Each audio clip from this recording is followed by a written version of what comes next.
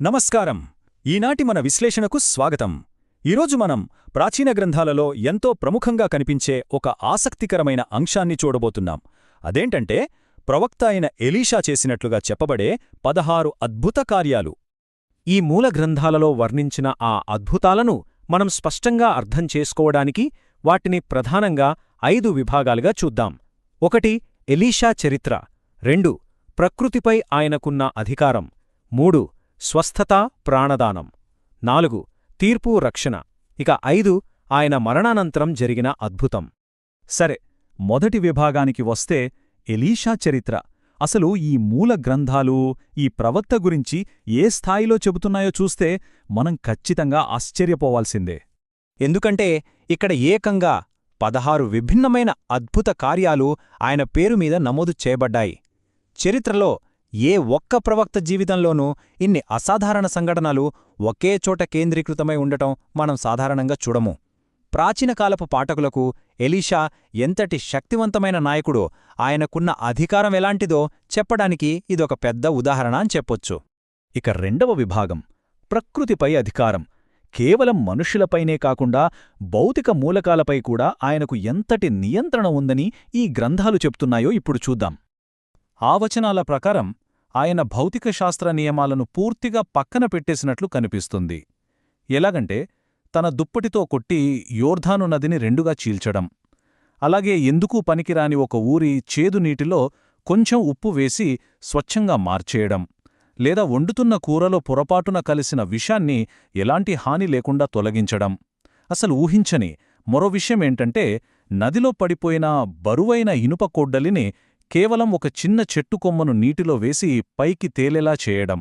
వినడానికి చాలా ఆశ్చర్యంగా ఉంది కదూ. ఇక మూడవ విభాగం స్వస్థత మరియు ప్రాణదానం. కేవలం ప్రకృతిని శాసించడమే కాకుండా సాధారణ ప్రజల కష్టాలను తీర్చడంలో కూడా ఈయన పాత్ర ఎలా ఉందో ఇప్పుడు గమనిద్దాం. వనరులు అసలే లేని సమయంలో వాటిని అనూహ్యంగా వృద్ధి చేయగల సామర్థ్యం ఎలీషాకు ఉందని ఈ వచనాలు చెబుతున్నాయి. ఉదాహరణకు, అప్పుల్లో కూరుకుపోయిన ఒక పేద విధవరాలి దగ్గర ఉన్న కొద్దిపాటి నూనెను అంతులేకుండా పెరిగేలా చేసి ఆమె ఆర్థిక కష్టాలు తీర్చారు. అలాగే కేవలం 20 రొట్టెలతో ఏకంగా 100 మందికి కడుపు నిండా ఆహారం పెట్టడం.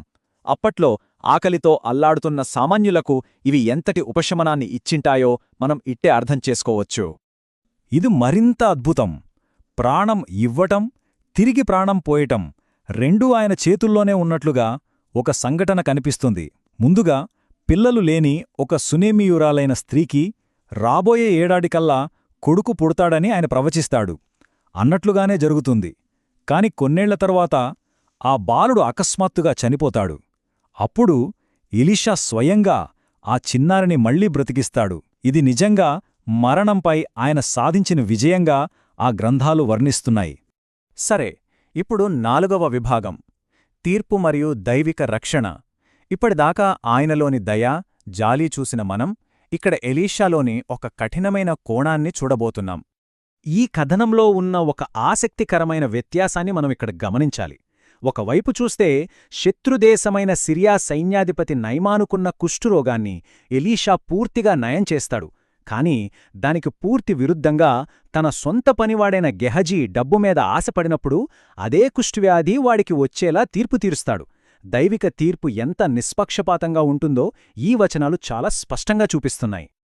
ఈ కఠినమైన తీర్పులలో ఒక సంఘటనైతే కాస్త భయంకరంగా కూడా అనిపిస్తుంది. ఒకసారి కొంతమంది ఆకతాయిలు ఎలీషాను చూసి వెక్కిరించి అపహాస్యం చేసినప్పుడు ఆయన వారిని శపించాడు. అంతే, వెంటనే అడవిలోనుంచి 2 ఎలుగుబంట్లు వచ్చి ఏకంగా 42 మందిని చీల్చిలేశాయి అని ఆ వచనాలు చెబుతున్నాయి. ఆయన మాటకున్న తీవ్రతకు ఇదొక పెద్ద ఉదాహరణ. ఆయన ప్రభావం కేవలం కొద్దిమంది వ్యక్తులకే పరిమితం కాలేదు సుమా. రాజ్యాల గమనాన్నే మార్చేసిన సంఘటనలు ఇక్కడ మనం చూడొచ్చు. నీరులేక అల్లాడుతున్న ఇజ్రాయేలు సైన్యానికి ప్రార్థన ద్వారా నీళ్లు రప్పించి యుద్ధం గెలిపించడం, తనను పట్టుకోవడానికి వచ్చిన శత్రుసైన్యం మొత్తాన్ని గుడ్డివారిగా మార్చేయడం, అలాగే భయంతో వణికిపోతున్న తన పనివాడి కళ్ళు తెరిపించి వారికి దైవిక రక్షణగా పర్వతం నిండా ఉన్న అగ్నిరథాలను చూపించడం. ఇక సమరియాలో వచ్చిన భయంకరమైన కరువు మరుసటి రోజుకే తీరిపోతుందని ఖచ్చితంగా ప్రవచించి నిజం చేయడం. ఇవన్నీ జాతీయ స్థాయిలో ఆయన ప్రభావాన్ని తెలియజేస్తున్నాయి. ఇక చివరిదైన 5వ విభాగానికి వచ్చేద్దాం, మరణానంతర అద్భుతం. ఒక వ్యక్తి గొప్పదనం అతను బతికున్నప్పుడే కాదు, చనిపోయాక కూడా ఎలా కొనసాగిందో చెప్పే అసాధారణ ముగింపు ఇది. ఈ మూల గ్రంథాలలో నమోదు చేయబడిన 16వ అంటే ఆఖరి అద్భుతం వాస్తవానికి ఎలీషా చనిపోయిన ఒక పూర్తి సంవత్సరం తర్వాత జరుగుతుంది.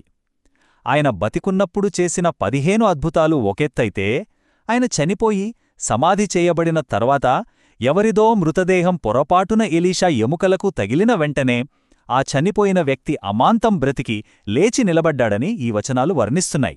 అంటే మరణాన్ని మించిన దైవిక శక్తి ఆ ప్రవక్త ద్వారా వ్యక్తమైందని చెప్పడమే ఇక్కడే ఉద్దేశం. మరివన్నీ చూశాక మనకు ఖచ్చితంగా ఒక లోతైన ఆలోచన వస్తుంది కదా.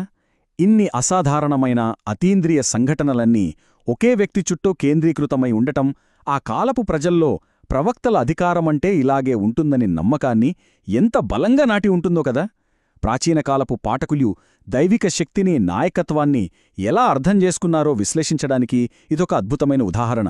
మళ్ళీ మరో ఆసక్తికరమైన విశ్లేషణతో కలుద్దాం. అంతవరకు